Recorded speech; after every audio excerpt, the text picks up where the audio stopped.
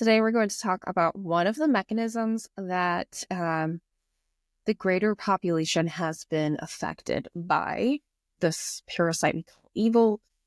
Hope you watched my previous video on how evil works and what it is, but basically evil is a parasite. It lives in the dark, but it is not the dark, right? It lives in the darkness, but it is not the darkness. Those shadow parts of ourselves are more vulnerable than the lighter parts of ourselves, so we need to take good care of our shadow parts. But today we're going to talk about a really powerful mechanism that is going on in the world right now, with which this parasite of evil is able to access our energy. So, and I wanted to tell you so that way you can start to protect yourself and unwind around this. But before we get into all that, my name is Jaye Anne. I am an energy healer. I'm an intuitive. Basically, I read energies for a living, and I help people come out of really dark spaces or like just dysfunctional spaces emotionally, but also more importantly, energetically. Okay. Emotions and energetics are really, really commonly interlinked, but they're not the same. And I've had, when we work on our energy, then we can start to see more effective, tangible results in the physical world, because what's happening is energetically, like our life force is being siphoned off, and we have all these leaks and cracks in our energetics.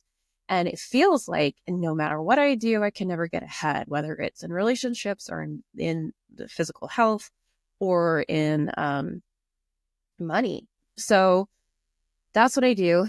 I help people kind of clean up their energies, just like you would clean up your space. Like if you have a professional organizer come into your house and like make things work better, that's what I do for your energy. And that affects every aspect of your life. So anyhow, let's talk about a really common mechanism right now for creating these cracks in our energy field. Okay. So I'm going to start with a story. When I grew up super Christian. Okay.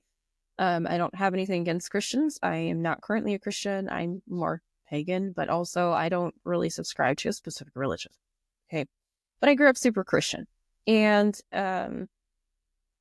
when I was homeschooled until I was in 4th grade, and then I went to a private Christian school. There were literally like 60 people in my whole school from kindergarten to 8th grade. Okay, there were 6 people in my graduating class. And all during, whether I was homeschooled or in the private school, all of those years, there was an ingrainment of the evil of public school. Okay. There was an ingraining of this is evil. This is bad and wrong and evil. And public school is like terrible and the worst. And they're not very smart. That was the belief system that was taught to me as I went through my first 8 years of schooling, 9 years, whatever it is. And then the school I went to only went up to 8th grade. So what did I do? I went to public high school. So all of this time I was told public school is bad. Public school is terrible. And then I went to public school. It was like being delivered into hell, right? That was the equivalent of what that could be. You have to think about that mentality. This is not just about me, right? I want you to understand. We're being told this is evil, this is terrible, this is wrong, this is awful, this is the worst. And then we're delivered into basically hell. Okay? After you've been told this is the worst thing that could ever happen to you, and now you're being put into a position where this is the worst thing that could ever happen to you. It took me 2 years to realize I was not in hell, first of all. And that is a really scary place. Okay. So when you are being forced to go to a place every day, and for that you've been conditioned and trained to believe is the worst place in the world, and then you're forced to go to that place. Okay. That's how we get here. Okay. It took me 2 years to integrate that. And then I realized about junior year that I was not in hell, and that things were actually better than I thought they were. And that the people that I was hanging out with were smarter than I thought they were, and nicer than I thought they were, and more genuine than I thought they would be. Okay. And what I'm saying is, it's not that we are actually, everything's fine. Okay. What I'm saying is there is a mental health crisis that is happening for people who wanted not this situation, right? Who wanted a different political situation. So when we have this mental health crisis, it is our responsibility to take care of ourselves. It is an actual fractionating that has happened. And remember, I said before, evil does not have a political party. Evil will do whatever it can to make you hurt, to siphon off your life force. That's it. They just want to siphon off your life force because what we got as humans is pretty cool. Okay. So when we are working with these energies, when we are sitting in a space of fear and panic, but we don't really know, we don't have an immediate urgent issue. Okay. For those people who are hypersensitive, hyper aware to the situation, but are not directly impacted. Okay.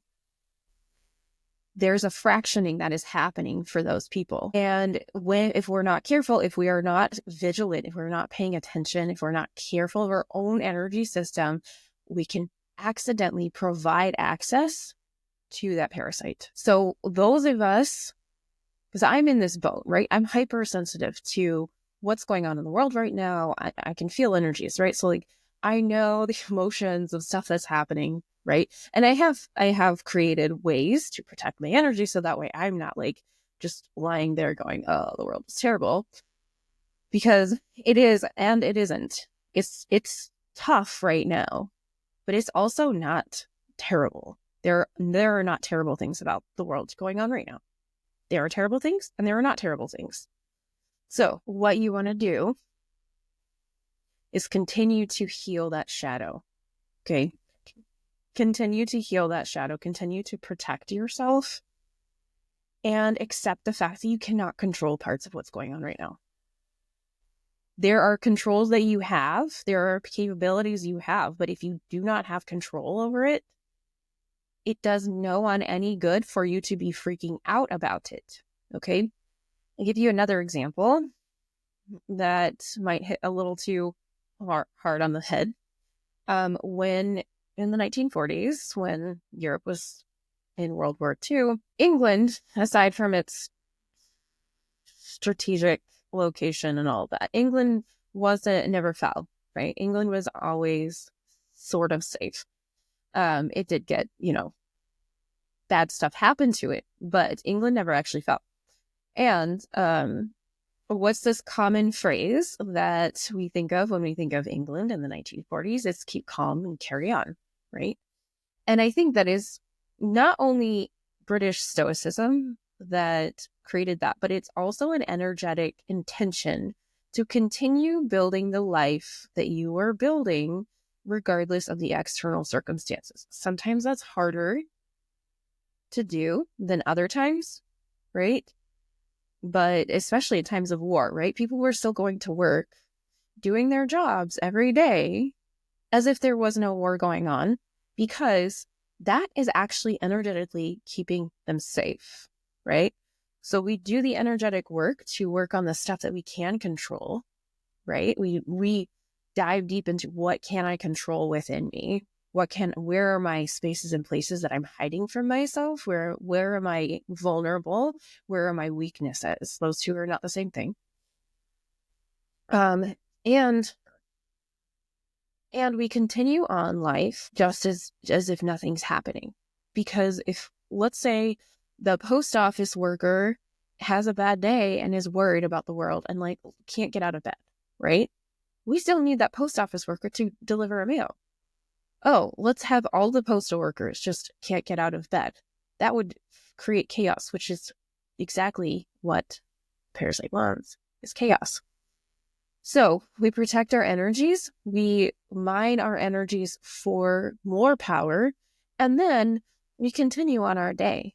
We continue going through our day as if nothing's going on. Continue to feel joy. Continue to let yourself be present with your kids. Continue to let yourself dig in your garden, work with your hands, Do not get mentally and emotionally wrapped up in what is going on, or you will become susceptible, or you will become non-functional, which is exactly what it wants. Again, it does not care where the life force comes from. It just cares that it gets as much life force without killing us as possible. Okay. So there were lots of people who believed that if things went one way politically, we would be delivered to the mouth of hell. And then things went that way politically. We have to be really mindful of our reaction to that. We have to be really mindful of our susceptibility to that, because the parasite is going to get us coming and going, right? It's getting us from the actual problems that are being created by this, but it's also getting us on the emotional upset of the fact that this happened. And our job is to experience the emotion in all of its flavors and colors and let it go and let it go and let it go. Otherwise, we create weaknesses that create possibility for that to come in and siphon off our life force. All right, so that is our chat for today. I hope that you enjoyed this video, and I hope that it resonated with you. If you disagree with me, that's okay. There is no, oh, you have to believe me or else the world is terrible. But if you disagree with me, but you can't figure out why, today's the day for you to figure out why. Because having the questioning line is the most powerful use of this life force that you have. And asking the questions and going through the process of curiosity is our most powerful use of this life force that we have. That is so great that somebody wants to steal it. Okay? So you be you. You enjoy being you. Have a wonderful day, and I will see you next time.